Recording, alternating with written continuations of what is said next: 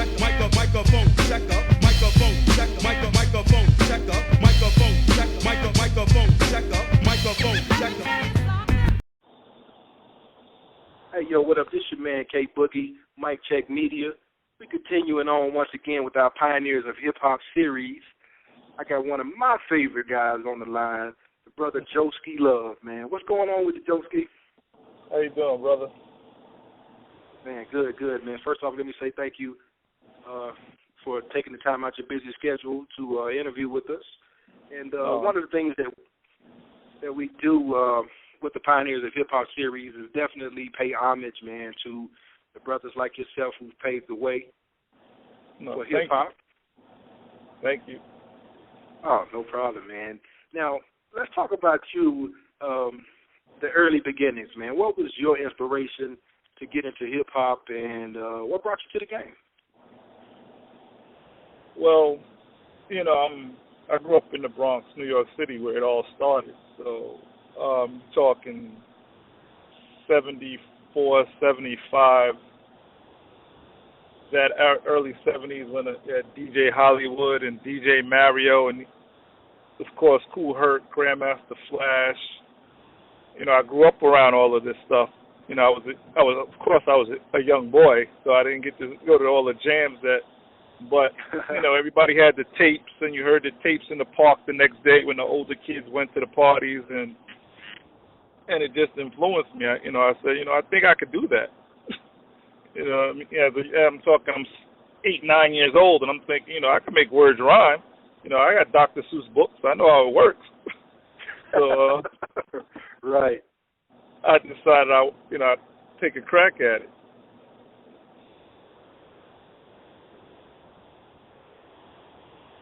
Hello? Yeah, we did. Okay. Oh, okay. Yeah, I heard I'm on a cell phone, so I thought I heard a dead spot. But yeah, that's basically it. I just want to be like the older kids. So. No doubt. Now, how was it, man? Just like you said, you was watching hip-hop in the very beginning, the very early stages, man. So how was it actually being there, right there at ground zero level when all of this was kicking off? Well, again, like I said, I was young, so I was there, but I wasn't there. A lot of stuff I didn't get to see, but I heard a lot of it. And, every once in a while, some of the people that I call pioneers, the pioneering groups that have, like, block parties.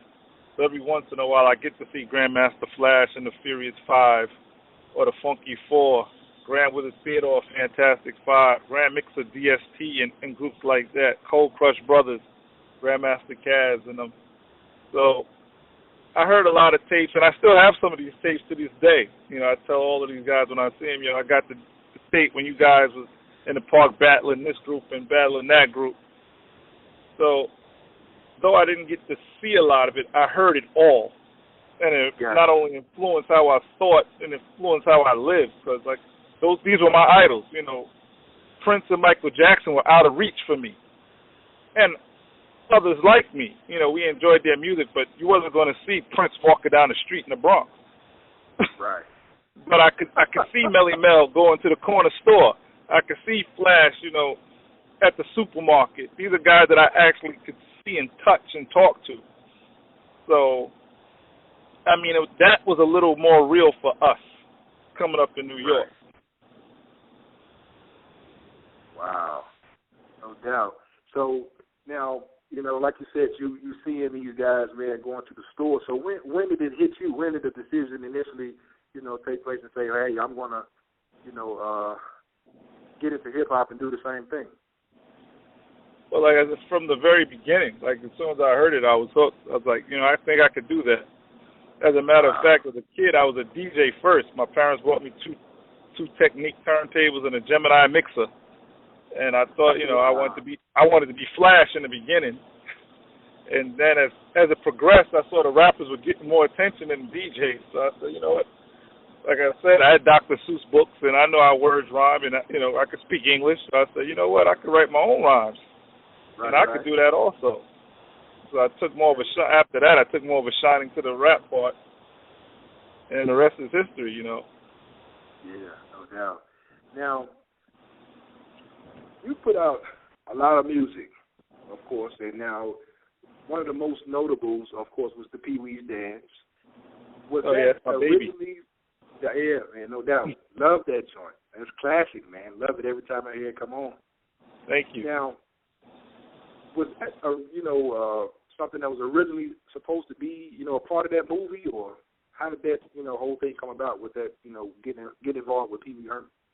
A lot of people think that because we actually had footage of the movie and the video, but the song came out like a year after the movie was out. Okay. That's what inspired it. I was signed to a small record label in the Bronx, and I was signed with a group. I initially signed with a group, and me and the two group members, there was three of us, and we just couldn't see eye to eye. After the deal, I don't know what happened, but we weren't seeing eye to eye artistically. So I called the owner of the label and told him, look, I no longer want to be a part of the group, but I still want to make a record. I still want to record. Is there any way that, we can make that happen? Or, he could have said, nah, I want the whole group, but he's like, all right, I saw this, he said his nephews were watching, I guess they were watching the movie on VHS or something. He said, yeah, my nephews is in here doing this dance from this Pee Wee Herman movie. Write something about that and call me back. And so I wrote the song. I wrote it in the lyrics of the song I wrote in like 5 minutes. Wow. And I called him back. I didn't initially like the lyrics, but he did. And he was like, that's great. We're going to do this. The initial idea was his. So I just wanted to make a record. So if he'd have told me to write a record about toilet tissue, I was going to write a song about toilet tissue. I just wanted to be on. There you have it, man. The history of Pee Wee's Dance, man, and that record, man, is huge still to this day, man. My kids love it. I play it for them, and they love it. Yeah, I was blessed. Allah blessed me to have one of those rare songs that have stood the test of time. There've been a lot of rap songs, but there's only a few, like a handful, that when you hear it, it takes you back exactly to where you heard it. It takes you back to that feeling you heard when you first heard it. You got Dougie Fresh and Slick Rick the Show. Right. You got It Takes Two. You got Milk is Chillin'. Just certain rock, Eric B. and Rakim, Eric B. for President. It's just these certain records that you hear and you're like, and it just takes you to a place. Like, there's been a lot of hit records in hip hop, of course, because there's a lot of rich dudes out there. But there's certain songs that just capture whatever you was doing at that time, and I think Pee Wee is one of them. And I'm just happy that I was allowed to have one of them. Well, I'm still doing shows 26 years later off the same song, and getting paid to do it. So I thank God for that. It's a beautiful thing. Yeah, no doubt. And you hit the nail on the head, man. It's a lot of hit records out there, but there are only a few joints, man, that the needle don't even pick the beat up quick enough, and people are like, oh, that's my joint. They go back to what they were doing in that period, man. And yeah, you got like. Hello? That's what Pee Wee did.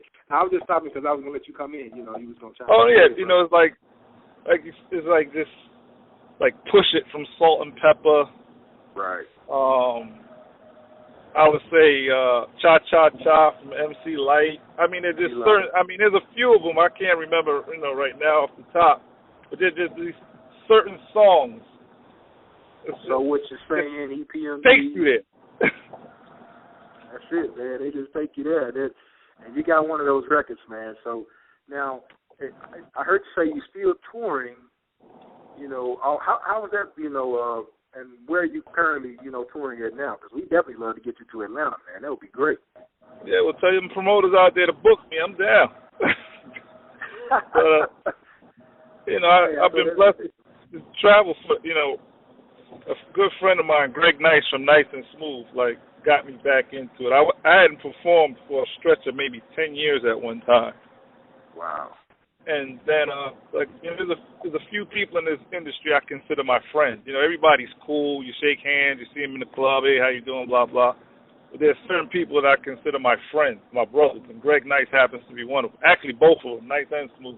I've known them brothers before we made records, So they were doing something one night, and he was like, yo, I really want you to come out. People haven't seen you in a long time. Just come out and do just the first verse of the record. You ain't even got to do the whole thing. I really didn't want to do it, but like I said, that's my brother. So I went ahead and did it, and the reaction was crazy.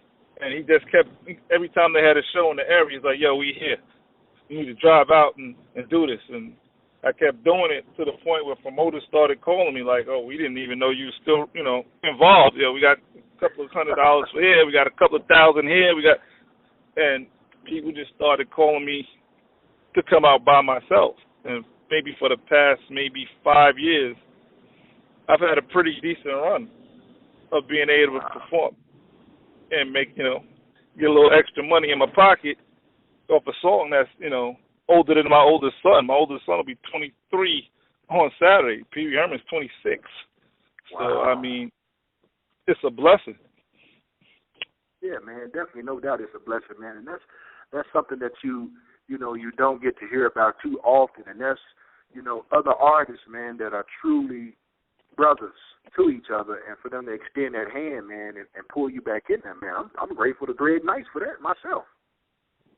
Yeah, like I said, there's a few cats that I, Chill Will from the Get Fresh crew, Dougie Fresh's DJ, the close friend of mine, Chubb Rock, Dana Dane, Kane, Big Daddy Kane, I consider a close friend of mine. There's a few others that, we actually, call each other when there ain't nothing happening. Like, yo, what's up? How you doing? How's your family? Blah, blah, blah. Just checking on you. Love you. Bye. I ain't saying that we hang out together every day, but, we get, right. Once in a while we get together just on some friend stuff, not on music. It's like, yo, let's hang out. Let's go let's have lunch. Let's have a meal. I'm in town. And we do that. So, wow. Not only has Pee Wee's dance allowed me to make money and to travel, but it allowed me to form relationships that I've had now for 26 years with these guys that I consider my friends and my brothers. Right. Wow. Now, as far as, now, 2013, I know you said you're touring. Are you getting back into making more music, or how is that going? Not really. I've been offered in situations, but I don't know if I really want to go back into the studio and do things. I just enjoy performing Pee Wee for the people that still want to hear it. Right. Helping them relive that memory while I relive mine.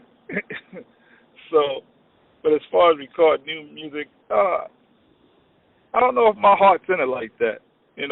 Every once in a while I still write. I'll get the itch and I'll jot something down and be like, hey, I can still do this. But, that's a lot of work. People don't understand how much work is put into a recording career. BET and MTV got these kids messed up. They think you put out a song, your video, and next day you're driving in a Bentley.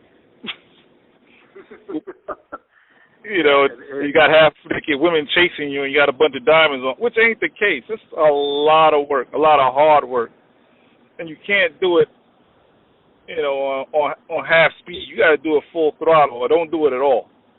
Don't even waste your time or anybody else's time. If you're not going to put 450% into it, don't even bother, because you're not going to get out of it what you're not going to get out of it what you want. They make it look easy on TV, but it is not easy at all. Wow.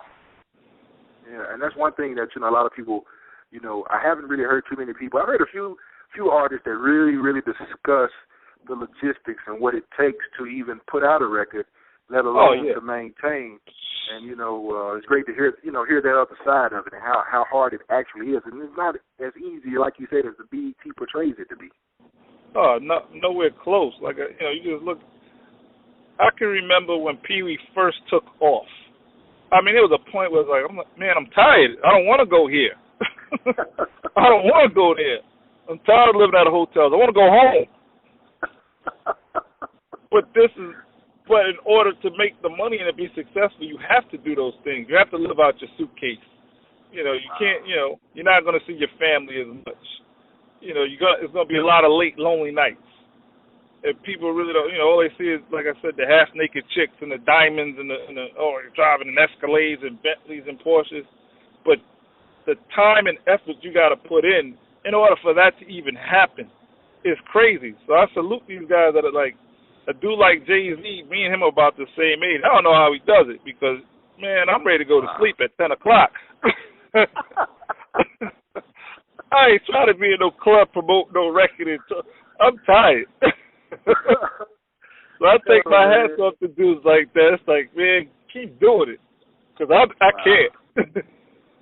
So it's bedtime around that time and being in the studio up all night. Yeah, I mean, you know what? You got to look at I think Tupac is the epitome of what I'm talking about. I mean, this dude has been dead for like 300 years, and every year he got a new album out with new material. You're right. You know how much time and effort that took to record that amount of songs? I mean, this guy must have lived in the studio. So that was a guy that was dedicated to his craft. It's like,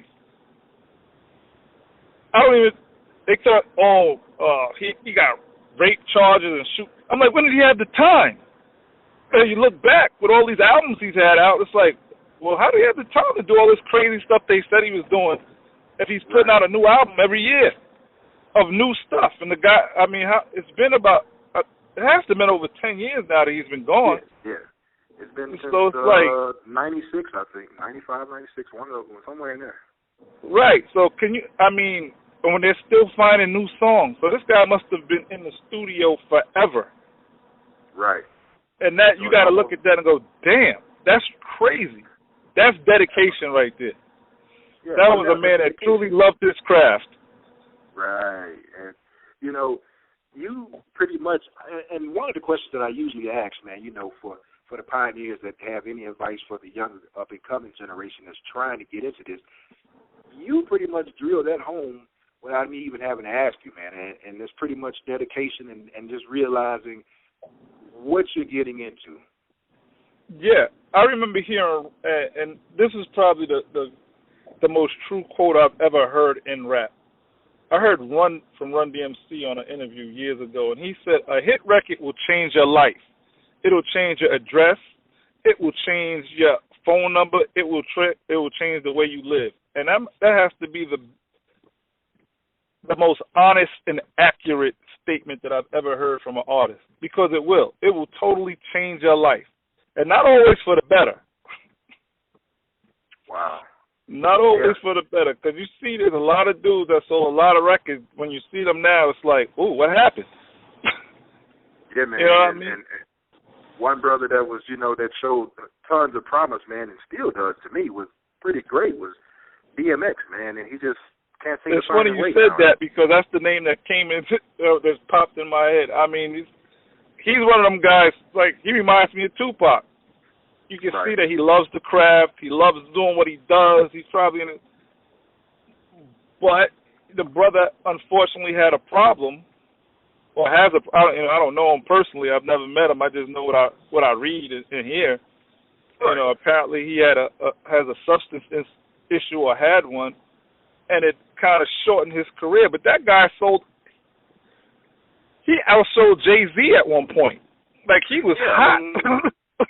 He had like 3 albums drop in 1 year. Yeah, they were all like triple platinum. All of them, man. His first 3 joints, he dropped like 3 albums, and that's unheard of, man. And that's what I'm saying with the dedication of these guys. Some of these guys, you know, and like sometimes it ain't for the best. Sometimes it's. Now I don't know if he had a problem before he started rapping, or after, or it didn't happen till, but. The worst thing in the world is somebody with a drug problem with money. Right. I mean, that's the worst thing in the world, because I can afford to do what I want to do as much times as I want to do it. And he's a very talented brother. Sure, I got all his albums. You know, I just finished listening to Party Up right before I called you. Hey, that's my joint. That's another one of those joints, man. That's one of them records. You hear that, it's like, oh. So back to what I was saying, I mean, it'll change your life, man. It's hopefully for the better, but sometimes for the worse. And are you ready for that? Right. I mean, you see the TV stuff. Like I said, the women, the Bentleys, the money, blah, blah, blah. But are you willing to put in the work to get all that stuff? Because it ain't easy. And once you get it, can you keep it? Because a lot of people had it and don't have it no more. Able to keep it. Right, exactly. That's the golden question. Can you keep it? Wow, man. You really, you really hit home, and you dropped a lot of knowledge right there. And a lot of people need to hear this, man, because, a lot of kids, they sit in front of TV, man, and they, and I'm not knocking them. They, some of them are real thirsty and they can write, but they're not really mentally prepared to what's getting ready to fall into their lap if the opportunity presents itself. Exactly. And, I come from a two-parent home, upper middle class. I believe my background was had a wonderful family unit, extended family unit with my aunts and uncles all around and kept me in line as a kid. But I don't think I was totally ready for it. Wow. It takes you by surprise. And I was 7. I was just told somebody the other day, I don't think a 17-year-old should have that much money and power. Wow. Because you're too young. You can't, you're not mature enough to handle some of the things that come with that fame and fortune. I know I wasn't. I was acting a fool at one point. Hey, so what was probably one of the wildest things you probably did on tour, man, or seen rather? Oh man, I seen it all at a young age. I'll tell you probably the wildest thing I ever did. I was just talking to her about this the other day. Sweet Tea. I don't know if, of course. You yeah, definitely. Me and her were a couple about wow. the time when Pee Wee came out. We went together for 2 years. We lived together for a little while, and we were engaged for about a year. Okay. But I remember being on tour, calling her collect and telling her, "Oh, don't worry about it. I'm gonna pay your phone bill." When the phone bill came, it was like $1,000. My mother hit the roof when I told her, "Yo, you gotta write her a check for $1,000 for me so I can pay a phone bill." Wow. My mother was steamed. I know she was, man. Now that's history right there. You and Sweet Tea, man. Who would have known? Unless somebody would have asked you that. You guys were a couple for a while. I guess around the country it wasn't that, but here everybody knew. It was like I wouldn't say like I guess we were Jay-Z and Beyonce before Jay-Z and Beyonce. Wow. But that's history right there. But yeah, I had to write $1,000, and then the next month I had to write a check for $800. So my mother was really pissed. Man, y'all was doing some phone conversations. Oh yeah, shoot. Well, things were much higher. Phone calls were much. It's not like it is now. You can pick up a cell phone and don't have to worry about long distance. Yeah, we didn't have a cell phone, so I'm calling it direct. Collect, so I don't have to pay the hotel phone bill. I'm thinking about the hotel. Yeah. Not realizing that I'm running above there. But I was probably the stupidest thing I did with my money was paying $1,000 phone bills every month. Wow. My parents try to keep me in check a little bit.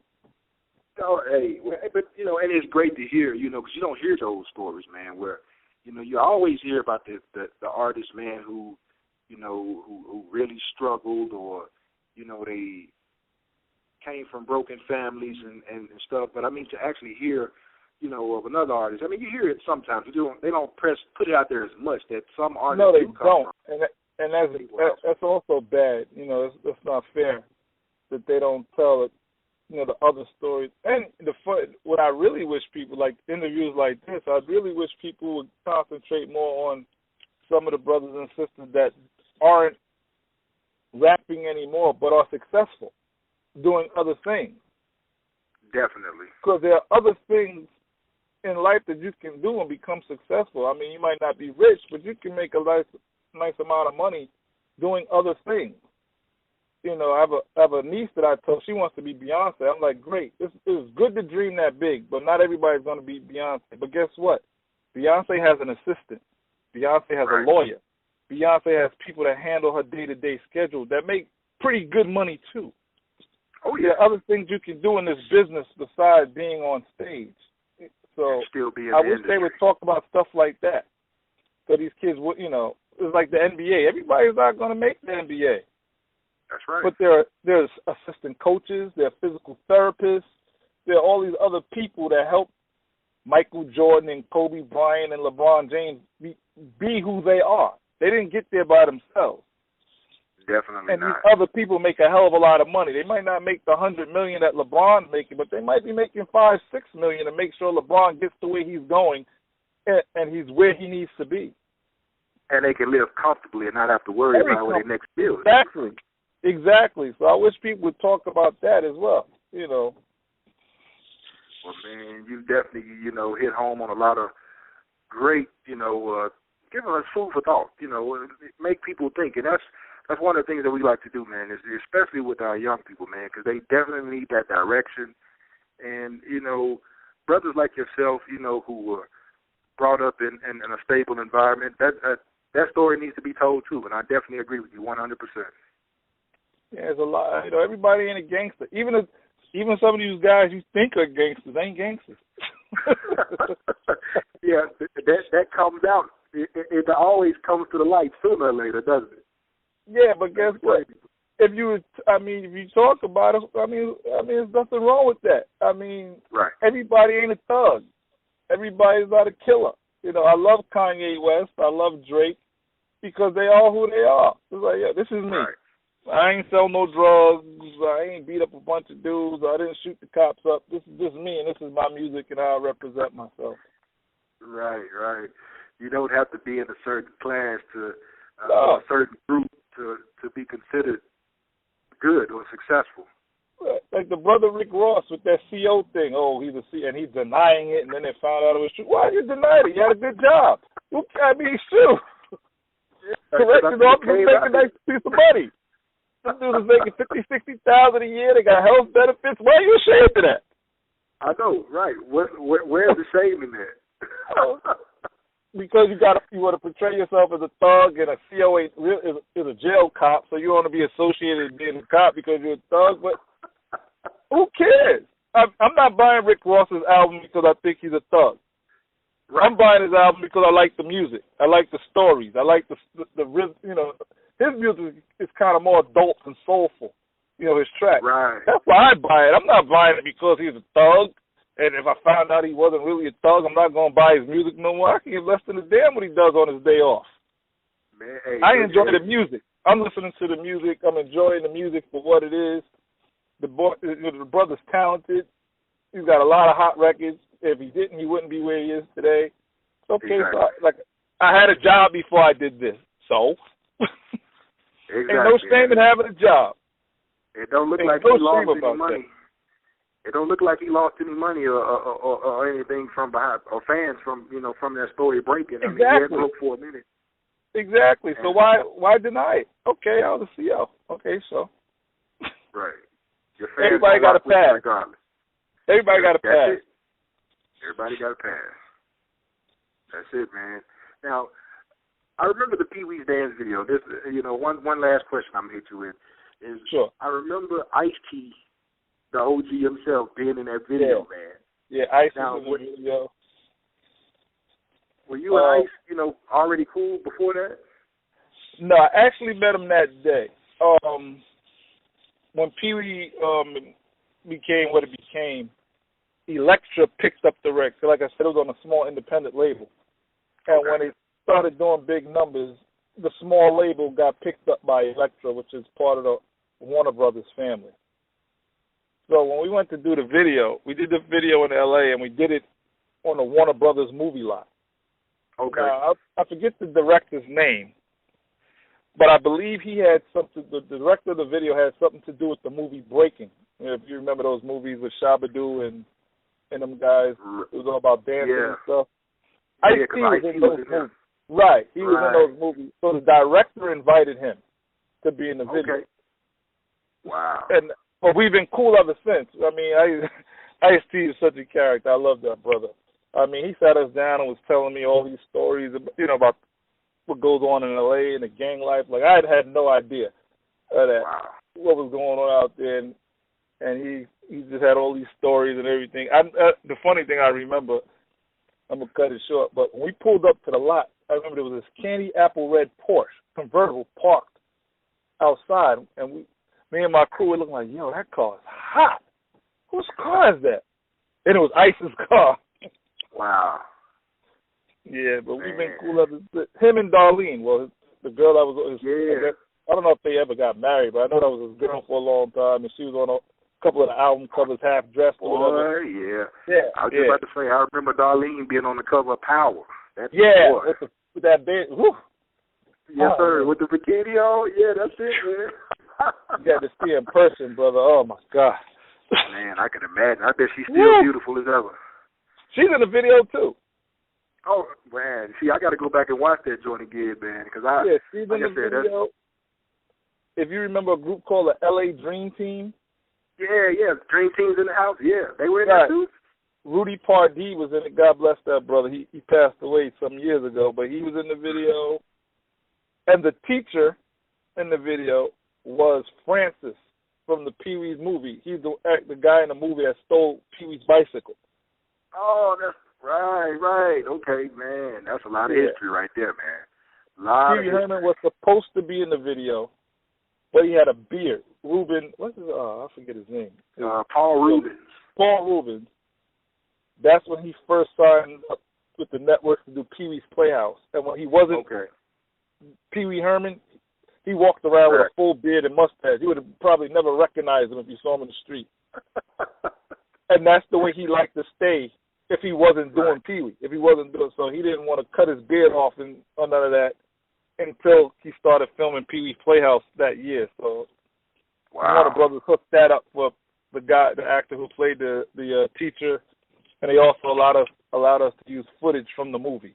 That's why everybody thinks the song was part of the movie, but it wasn't. Okay. Man, that's a lot of history, man. That's a lot of history, brother. Now, one other thing I would like for you to do, man, is to tell the fans out there who, might be still checking for you, where they can find you at on social media, if you're on Facebook or Twitter. I'm on Facebook. You can find Joeski Love. Now, there's another Joeski Love, so you got to look for Joel Roper Joeski Love. Somebody stole my name on Facebook when it first started. Yeah, you know what? It was already taken. I'm like, how the hell is it taken? It's my name. It's your name, right?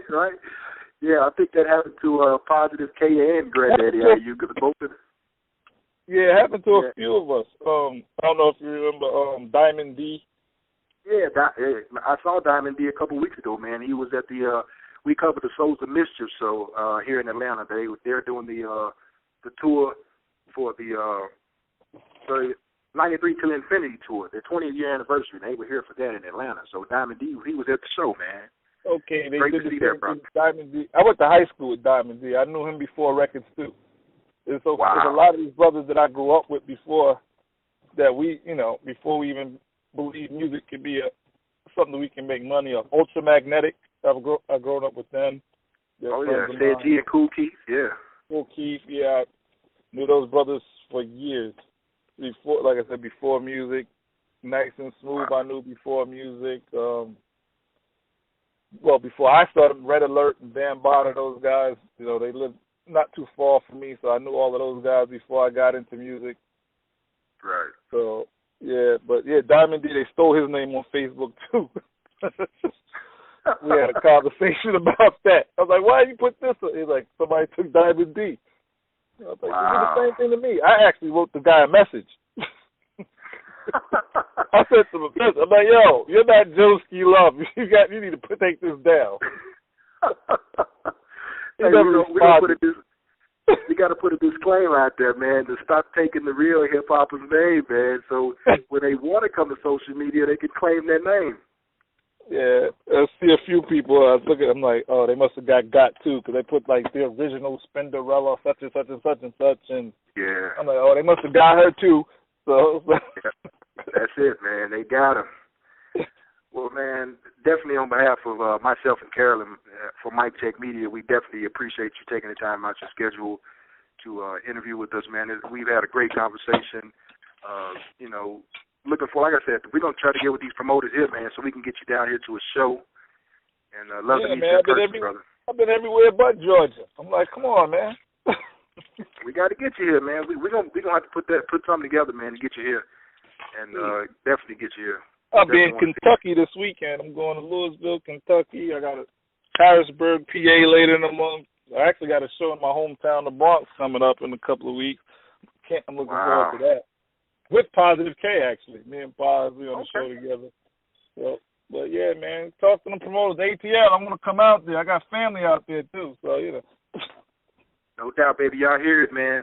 Promoters, we got to bring my brother Joeski Love, man, to the 8. We got to get him here. They've been bringing everybody here. We got to get you here too, man. We definitely want to feel that love and get you here, man, so we can rock out with you. Definitely hang out, do a little something. Yes, sir.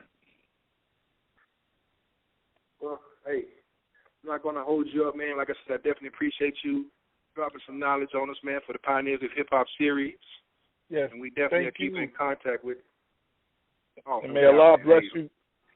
Allah bless you and your listeners, and thank you for the opportunity to say something to the people. No doubt, no doubt. Hey, man, we appreciate you, man. You know, you're one of the pioneers, man. You're one of our heroes, man. Definitely. Thank you. I appreciate that. All right. Well, definitely for another great Pioneers of Hip Hop series, Mic Check Media, this your man, K Bookie. We're going to sign off. Peace. Peace.